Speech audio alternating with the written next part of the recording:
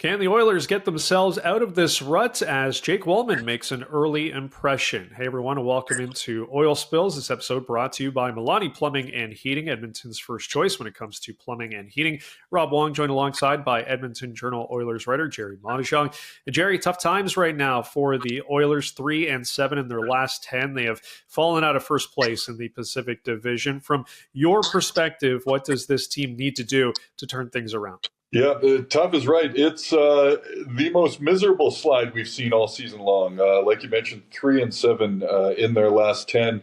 Right before that, they were on that incredibly momentous run of 27-4-2 since the end of November, which was really the turning point in, obviously, October. They were started out 0-3 to start the season. October saw them reach back to the 500 mark. And then November is a little bit back and forth until they really just started taking off. Right until, like you mentioned, heading into that Four Nations face-off break in February with, a share for the top spot in the Pacific Division. Now, Rob, I don't have to tell you or anybody who's followed the Oilers since 1987, it's been a long, long time since they finished on top of their own division. So obviously, that is the goal, the first goal along the way. Obviously, this team has a much higher aspiration. But to kind of take a dip like that at this point in the season, I mean, the trade deadline has already come and gone. Usually at this time, especially the last couple of years, the Oilers just start taking off now, really start playing their best heading into the postseason where games start to matter the most. And just going through a little bit of a lull, I guess we can call it that, but it is big, and it is a stark contrast to what they'd been putting together before. Obviously, in that 3-7 stretch, there was the season worst 5-game losing skid, and the team's been on the road a lot and just not getting the results there. And man, with playoffs coming up, I don't have to remind anybody around this town that, home ice can make a big deal of difference, especially when, games that are as big as they come are separated by one goal.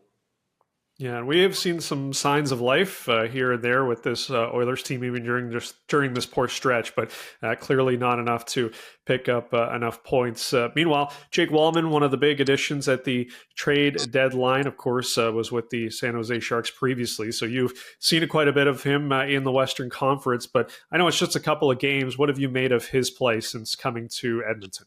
Yeah, in one word, I would use the term impactful. Him as well as Trent Frederick and Max Jones that they also picked up at the trade deadline. I mean, these are big, hard skating kids, and really something that the Oilers roster has been lacking since a bunch of free agents moved out last summer. So obviously, the team management sees a void that needed to be filled, and it's not the splashiest sort of names that we've seen thrown about last week on the way to the trade deadline. These guys are role players and are going to fill holes and hopefully give this Oilers team something that's been missing. So guys like Leon Draisaitl, leading the league in goal scoring right now, can continue doing what they do, and perhaps all the better. Yeah, well, Jake Walman, just one career playoff game, so this guy is hungry to play postseason hockey, and definitely, as you said, impactful, has done that so far in his first little bit here with the Oilers. As always, leave your thoughts in the comments section below. For Gerry Moddejonge and Rob Wong, thanks for watching, and we'll talk to you next time.